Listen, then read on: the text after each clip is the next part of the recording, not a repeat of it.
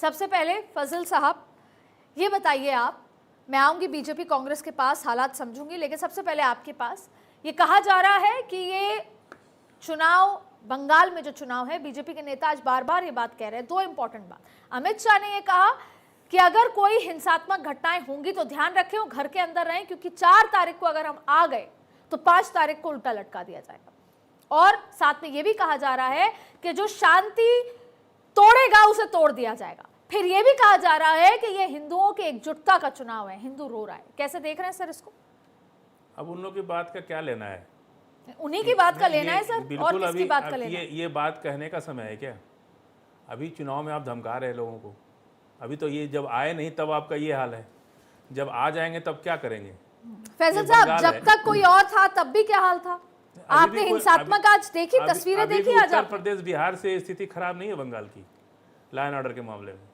और आप जानते हैं पूरे देश से लोग दीदी को जिताने के लिए किस हद तक टेम्पो से, पैदल जा रहे हैं। ये उनकी मोहब्बत है ना। हाँ। तो अभी अब आप नहीं आए तब आप उल्टा लटकाने की बात कर रहे हैं। आ जाएंगे तब तो खास करके मुसलमानों को, दलितों को, पिछड़ों को, आदिवासियों को तो आप उल्टा वही लोग तो जा रहे हैं। वही लोग जा रहे हैं, इसीलिए जा रहे हैं कि उल्टा न लटकना पड़े, इसीलिए जा रहे हैं। उल्टा न लटकना पड़े इसीलिए जा रहे हैं कि वो आएंगे ही नहीं, दीदी को बचाने के लिए जा रहे हैं कि अगर दीदी नहीं आई तो उल्टा तो लटका ही देंगे। शासन सत्ता जिसके हाथ में रहता है वो किसी को भी उल्टा लटका देता है। तो शासन सत्ता का अपना।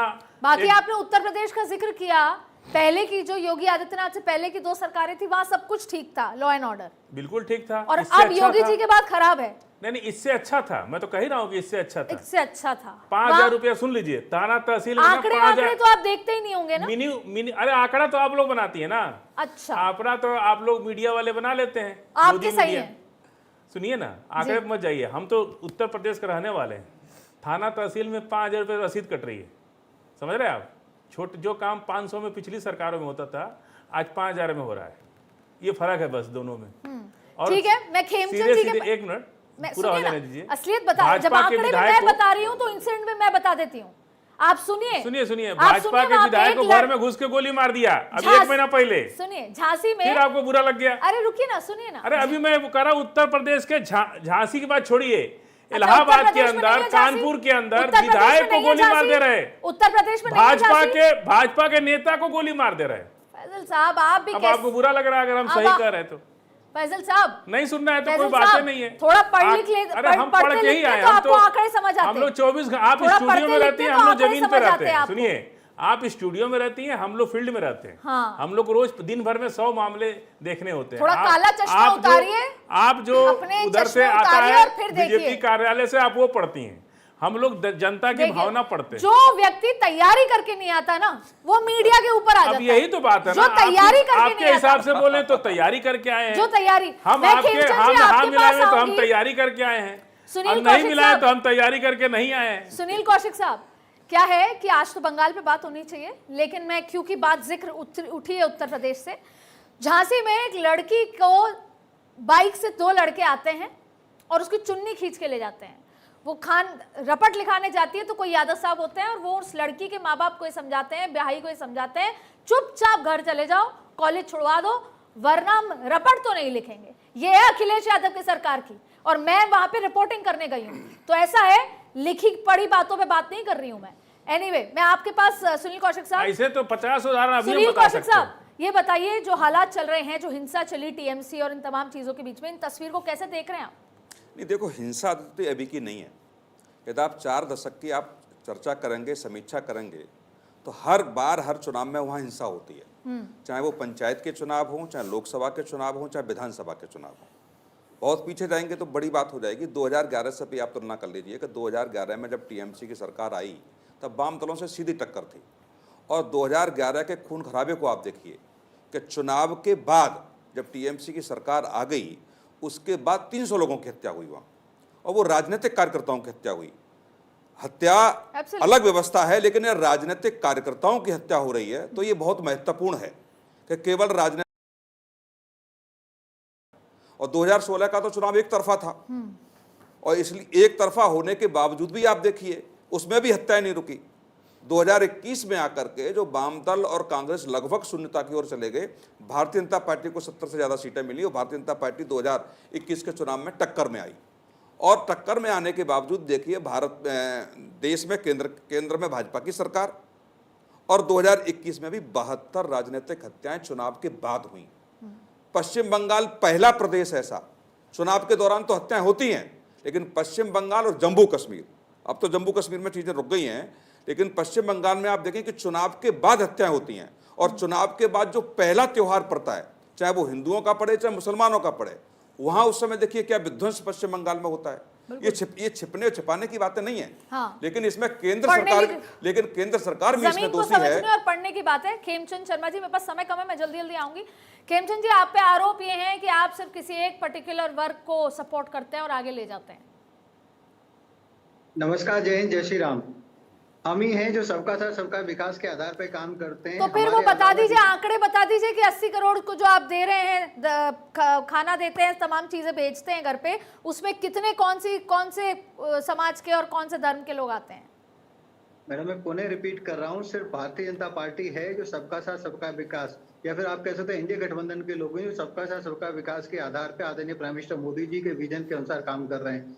बाकी सभी लोग स्पेसिफिक जाति और धर्म के लिए ही काम करते हैं। वो प्रो मुस्लिम फर्स्ट पॉलिसी के अंतर्गत, फैमिली फर्स्ट पॉलिसी के अंतर्गत काम करते थे। उनसे ज्यादा समुचित सोच और किसी की नहीं हो सकती।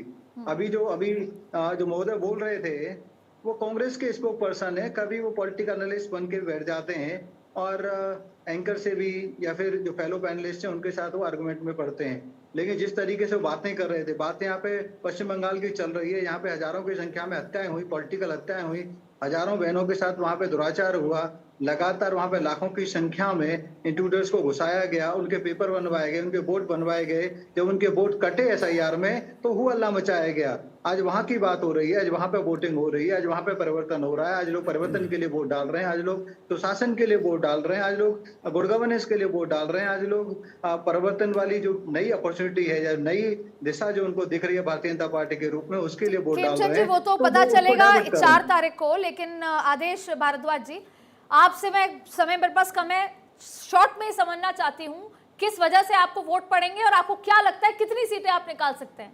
आपका चर्चा आती कम है पश्चिम बंगाल के संदर्भ में, TMC या BJP या ओवैसी साहब या हुमायूं कबीर, आपका नाम नहीं आता है।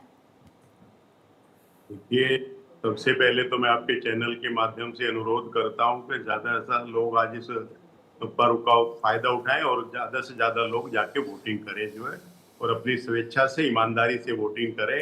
लेकिन इलेक्शन कमीशन से और सरकार से भी ये अनुरोध करता हूं कि अब तो पूरी तरह से वहाँ पे केंद्र सरकार का शासन हो गया है। 450 से ज्यादा अधिकारियों को ट्रांसफर किए गए हैं, 2.5 लाख से ज्यादा पैरामिलिट्री फोर्स को लगाया गया है। तो ऐसा लगा दिया है सरकार ने कि कहीं ना कहीं जैसे किसी युद्ध की स्थिति हो, तो लोगों को भयभीत होने की आवश्यकता नहीं है। लोकतंत्र की एक खूबसूरती है, एक व्यक्ति एक वोट, नहीं चलेगा कोई वोट आप तो ये बता दो ना सर, मेरे पास समय कम है, कितनी सीटें आने की अनुमान है आपके? आप निश्चिंत रहें, हम वहाँ सरकार बनाएंगे, मेजोरिटी से आएंगे और इस प्रदेश को खुशहाल ठीक है आदेश साहब, आपका दिल बहुत बड़ा है आदेश साहब, बात मैं आपको 4 तारीख को कर लूंगी। राम प्रकाश पांडे जी हैं TMC। अरे सर, आप ये क्या हो रहा है? चुनाव वाले दिन तो कम से कम ऐसी हिंसात्मक घटनाएं ना हो, पब्लिक देख रही है।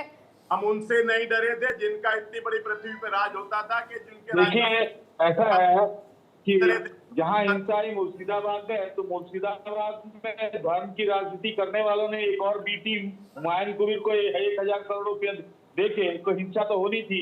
और आम जनता के सामने आ गया पश्चिम बंगाल में कि धर्म के नाम पर हिंसा और कत्लेआम करने वाली भारतीय जनता पार्टी का नाकाम खुल गया। और ये अच्छा राम प्रकाश जी, एक बात और बता दीजिए जल्दी से, एक बात और बता दीजिए। इलेक्शन मैं मालदा गई थी, मैं मालदा के आसपास के इलाकों में गई थी। थोड़ा सुन लो, ये जो भाषा बोले हैं पश्चिम बंगाल में, इस भाषा का क्या तमाशा इनको लगेगा कि ये सोच भी नहीं पाएंगे कि एक चुनी हुई मुख्यमंत्री, वो भी महिला, और महिला सशक्तिकरण का बात करते हैं, उसको बोलते हैं ओ दीदी सुन लो। ये कौन सी भाषा है? ये तो भारतीय संस्कृति के भी विरुद्ध है। तो बंगाल की जनता इनको इस बार अच्छी जवाब देगी कि 77 से 30 पर आके खड़ी कर देगी। ठीक है, एक बात इतनी सी बता दीजिए, मैं मालदा की इनकी तरफ पूरी और जनता उभर के सामने आ रही है। देखिए वोटिंग परसेंटेज किस तरह से बढ़ रहा है। ठीक है दिनेश सिंह जी, उन्होंने अपनी बात खत्म कर रही थी। दिनेश सिंह जी, ये तमाम जो हालात देखते हैं, क्या जरूरत है? ये सारी बातें राजनीति की छोड़ देते हैं, सब कह रहे हैं हम जीत रहे हैं, कांग्रेस कह रही है हम सरकार में आ रहे हैं, तो मुझे आप ये बता दीजिए दिनेश सिंह जी, इस समय पश्चिम बंगाल की जरूरतें क्या है राजनीति से इतर हटके? देखिए, पश्चिम बंगाल की अतिरिक्त मतलब इस टाइम पे जो ज़रूरत है, सबसे बड़ी लॉ एंड ऑर्डर जो है ना, उसको सुधारना सबसे बड़ी ज़रूरत है। उसके बाद बेरोजगारी और अन्य चीज़ें बाद में आती हैं। और अभी जिस तरीके जैसे कि बातचीत हो रही, जैसे कि फैज़ जी बता रहे थे इसी को लेकर के, और आपने जिक्र किया था, आपने कोई रिपोर्टिंग की थी यूपी की, जैसे बातचीत थोड़ा बताना मैंने उस समय ज़रूरी मैं समझता हूँ थोड़ा सा, कि जैसे पहले आपने बताया कि ठीक है कि मतलब एक जगह पे एक चौराहे पे चुन्नी खींचने का काम किसी बहन बेटी किया गया और वो फिर बाद में जाकर के उसकी रिपोर्ट नहीं लिखी गई। लेकिन अभी ऐसा होता है, एक चौराहे पे चुन्नी खींची जाती, दूसरे चौराहे पे वो हाफ इनकाउंटर या अंदर बंद मिलता है, कुछ मिलता है, तो वो चीज़ें हैं। उसी तरह की स्थिति जैसे वहाँ पर अगर जैसे पूरे तरीके से मतलब to be dealt with iron hands, मतलब पूरे तरीके से और मजबूती से वहाँ पर जो है लॉ एंड ऑर्डर जो है उसको लागू करने का काम बंगाल में करने का बहुत ज़रूरत है।